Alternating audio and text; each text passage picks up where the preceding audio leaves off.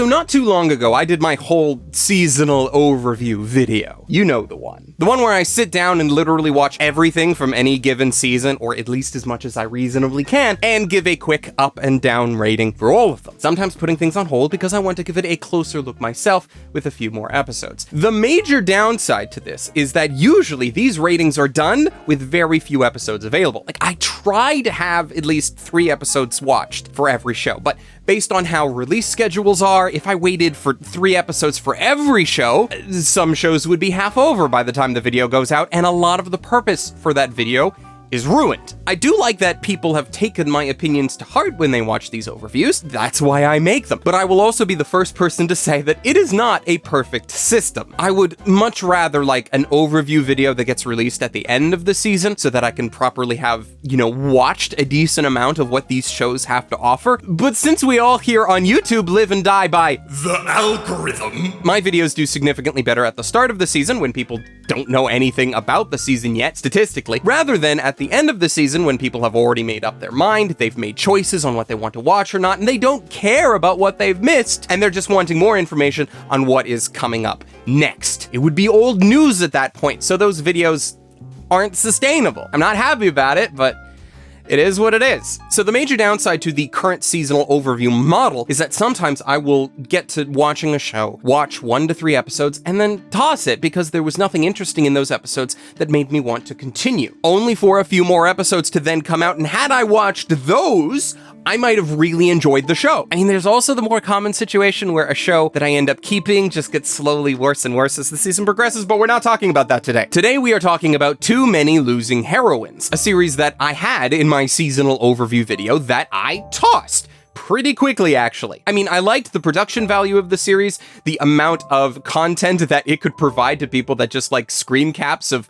weird situations probably makes it worth a look for a lot of people. And it's a series about this guy who ends up being essentially an emotional support person to a bunch of girls who are all having different problems with their various love lives. And he, assumedly, I thought at the time, would be helping those girls out and probably ending up in a relationship with one of them, more than likely the first main girl, by the end of the series. Now, tossing it was my opinion at the time, and as soon as that video went up, I got inundated by people telling me in the comments that I made a mistake, that Losing Heroines is actually one of the better shows, if not the best show of the season, and I am doing a massive disservice by not giving it a proper chance. I had a call with a friend of mine, Jeff Thu, and Jeff and I, we don't agree on a lot of things, and I like it that way, but he told me how dog shit my opinion was on the series because it gets so much better as the show continues, and that I really just needed to give it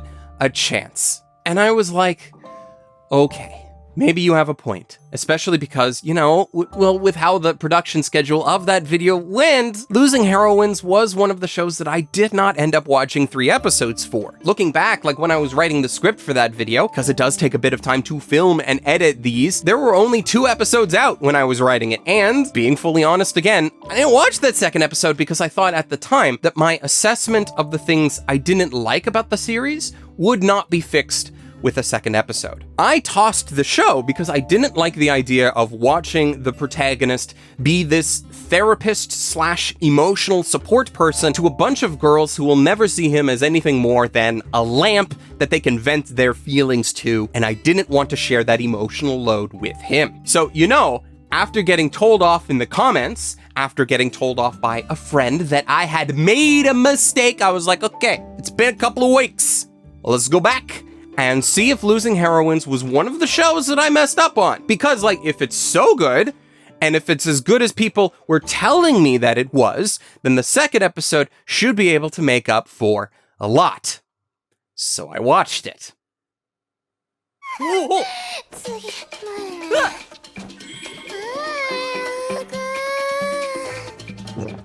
In general, I can forgive the whole locked in the storage room trope thing, all right? But that's a whole different thing.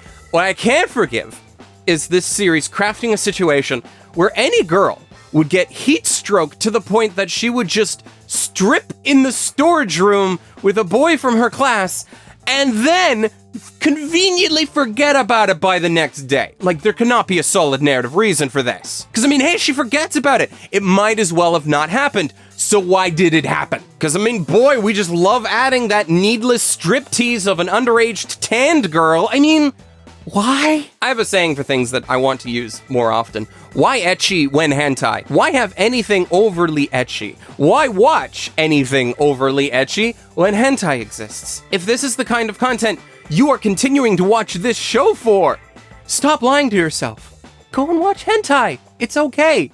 So that can't possibly be it, right? It cannot possibly be that everyone was telling me I messed up by not recommending this series just because they're all a bunch of horny bastards and they don't want to feel shame and they're propping up shows that they shouldn't. That can't be it, right? So I decided I had to go further. I mean, not that it matters at this point, because anybody who's watching this video who is a fan of Losing Heroines has already checked out, clicked away, or at the very least buried themselves down in the comments section to let me know that I'm an idiot, because apparently the show is flawless and they only paid attention to the thumbnail and title of this video. But I did want to find out, what was it about this show that made it actually unique and interesting to talk about, interesting to discuss, and to recommend? And I think I found it. This wasn't something that I determined just from the anime. I had to dig into the light novel a bit, beyond the scope of what the show will probably adapt. And the conclusion I came to is that I had a very different perspective on this series going into it, a perspective that was unfair to the series itself. A bit of context. I've been watching anime for a long time. I have seen a lot of things from a variety of genres, and since I am only human, I am fallible in my perspectives, and sometimes I try to apply those things where it doesn't make sense to. I was looking at Losing Heroines as a romance anime, and I now believe you should not do that. My mind was stuck, harkening back to like visual novel adaptations of old, where you had a protagonist in shows like Clannad, The World God Only Knows. Heck, even Bunny Girl Senpai kind of fits here, where the narrative divides itself up into arcs, where we focus on just one female character, and by the end of the arc, the only reason why the protagonist does not end up in a romantic relationship with that arc's heroine is because polygamy is not something that's looked at positively in most societies. So even if the original material, i.e. a visual novel, allowed a player to get with any girl they wanted, their adaptations did not. And that was the lens I was viewing Losing Heroines with. That each girl was a unique heroine for our protagonist, and that one of them would eventually get chosen as his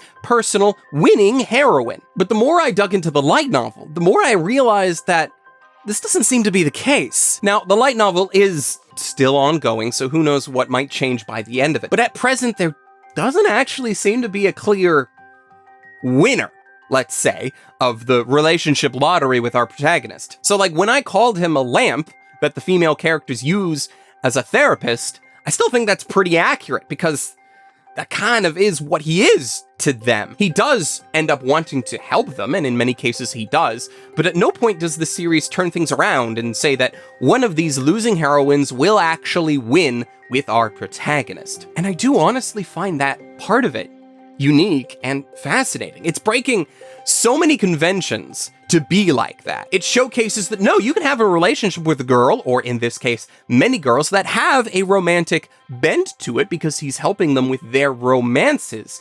But also he's doing this without expectation of romantic reciprocation. Like, it feels like I'm speaking the obvious, because I'd like to think that the real world is like that. In the real world, a guy can have female friends and not want romantic relationships with them, and vice versa. But I'm also aware that in media, which is what we're talking about, a lot of the stuff that we consume doesn't normally focus on relationships at all without some kind of implicit will they won't they scenario. I feel like that has a lot to do with us as consumers, where we largely prefer situations where romance exists between the main characters. Heck, people spend their lives making thousands and millions of non-canon romantic relationships from media that they consume. People want that. So to have a show that bucks that trend is absolutely fascinating to me, and from that perspective, I can see why people recommend it. I still don't, because I stand by my initial statement that I don't want to share the emotional load with the protagonist. But if you do, if you enjoy that, power to you. Unless you're the person who is watching this for the ecchi, because good God, man, go talk to someone about that, okay? Losing Heroines is available over on Crunchyroll if you want to watch it and make your own mind up about it. The light novel is slowly releasing officially, and you can pick that up in places where manga and light novels are usually sold. Thank you to everyone who actually made it to this point in the video, however many of you have lasted, because I did insinuate earlier that I fully expected a large portion of the viewership for this video to not make it past the halfway point, assuming they even make it past the title. And lastly, a thank you to my patrons who make videos like this possible and who put up with my opinions, even if you disagree with me at times. Especially patrons like Omar Showman, Ross Emerson, Hector Montemayor, Aiden, Siri Yamako, Ryfen Bonaparte, and Sailor Arashi. We can't continue this without your support, so however much you are able to help, I am eternally grateful. So until next time, where hopefully I will be gushing about a show I actually enjoy, ladies, gentlemen, and others, watch more anime, and stay frosty.